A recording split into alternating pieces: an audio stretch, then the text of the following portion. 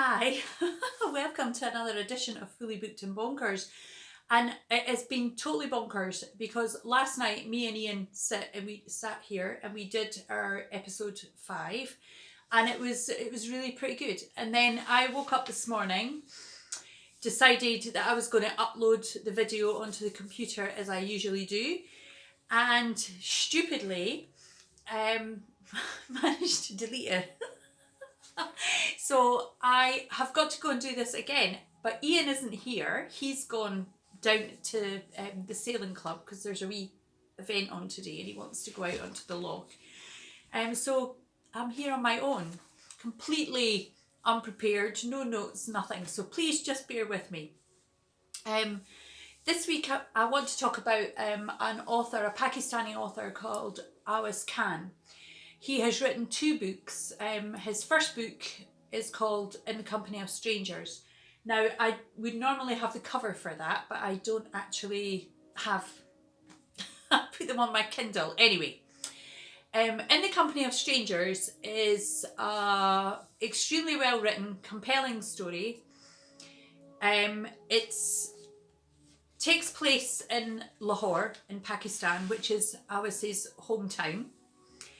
And it's actually a love story, but because it's in Pakistan and the couple featured are very, very different people, very different backgrounds and age groups. So their love affair leads them to make some very difficult choices, and there are also earth-shattering consequences.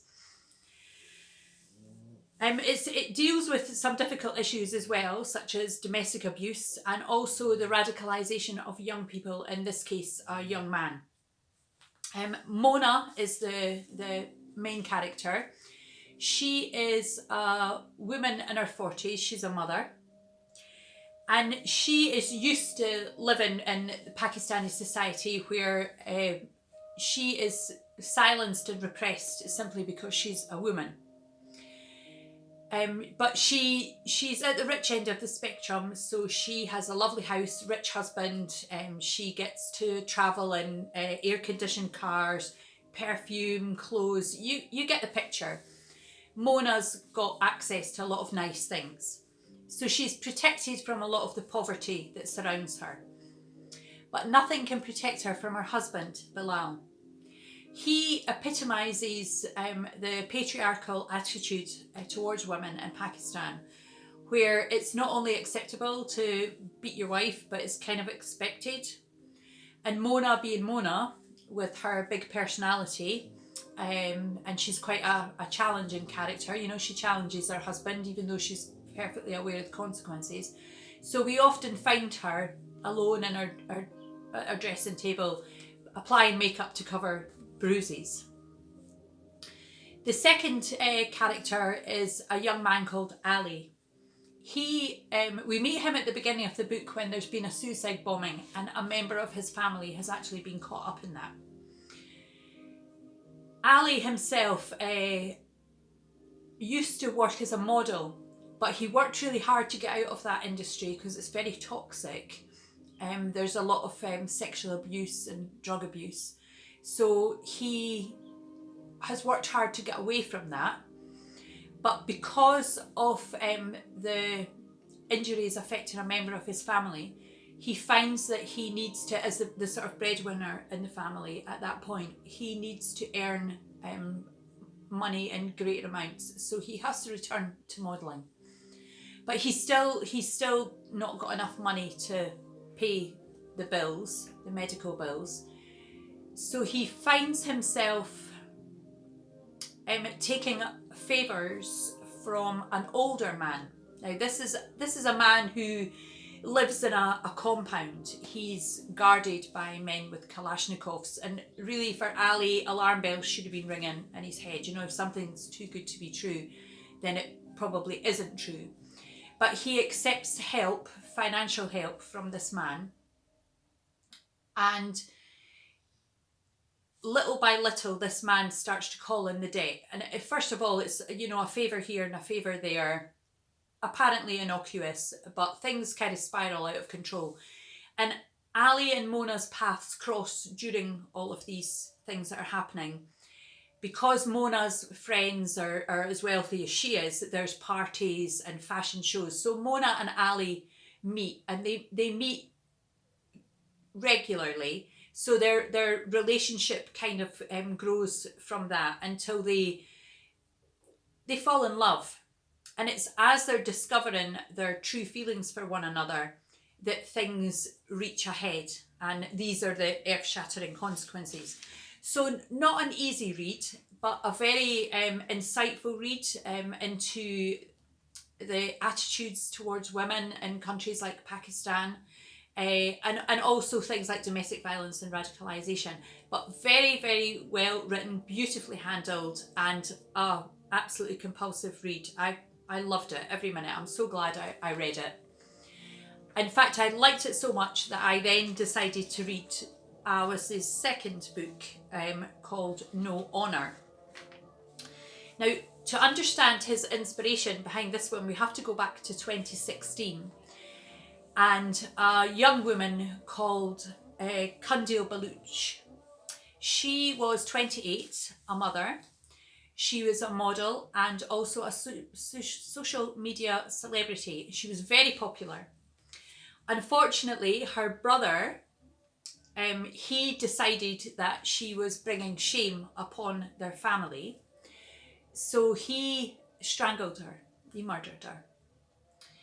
Now, there was outcry at the time, and the Pakistani government brought laws into force to outlaw what they call honour killings. And the brother was actually jailed, supposedly for life, but he only served 3 years before he was released. So not really a jail sentence at all. And in 2020, round about the time the brother is released, there were 430 honour killings reported in Pakistan, but the actual figure is probably a lot higher. So these are inspirations behind Awais' decision to write No Honour.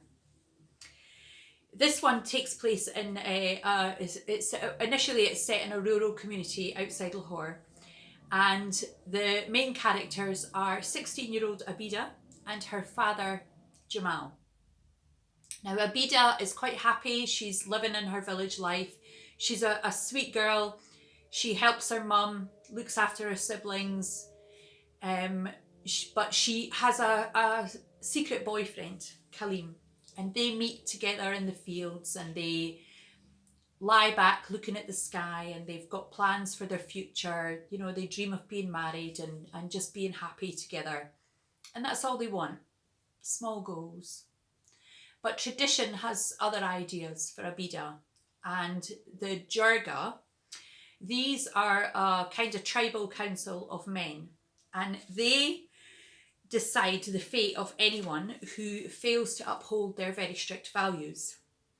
And they also decide, in Abida's case, you know, who she's gonna marry. And round about the time she's introduced to this young man who she's never met before, and she doesn't fancy him. She doesn't want to have anything to do with this man.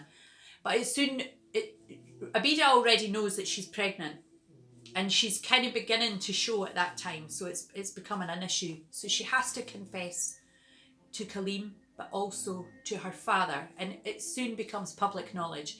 And the men of the Jirga decide that this pregnancy is solely down to Abida's actions. You know, she's to blame. She's the female, so it's all her fault.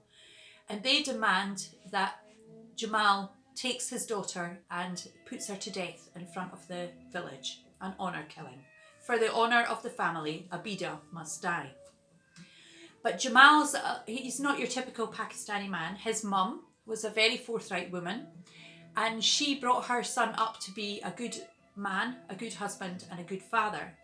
And he chooses not to follow the Jirga's instructions, and he refuses to put his daughter to death. So the whole family are ostracised.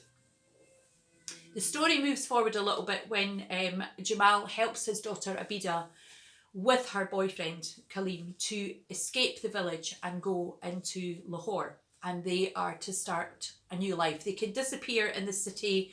The traditional values aren't as strict there, so you know they can hopefully have a good life and then maybe return to the village at some point in the future. The only trouble is Abida actually does disappear in Lahore, and her father is so worried that he eventually leaves the family behind, takes a bit of money, and he goes to the city to look for his daughter. He knows that all the things that are happening to Abida, the situations that she finds herself in as he tries to track her down, are not of her doing. And he loves her and he moves heaven and earth to find out what happened to his daughter. And that is the main story. And again, it deals with difficult issues, but the writing is fantastic. The story itself is a wonderful one, and there is some sort of hope offered at the end. So I thoroughly recommend both of these books. Awais is a really talented writer, and reading them gives you some insight into not just Pakistani society, but there are a lot of countries, Egypt, Afghanistan, where women and girls are kind of up against it. And I feel as a woman myself that it gave me not only insight but some empathy as well. So great books. In the Company of Strangers, No Honour by Awais Khan. Highly recommended. Thank you for bearing with me and my stupidness of deleting last night's video. Anyway, I've done my best, so thank you for listening.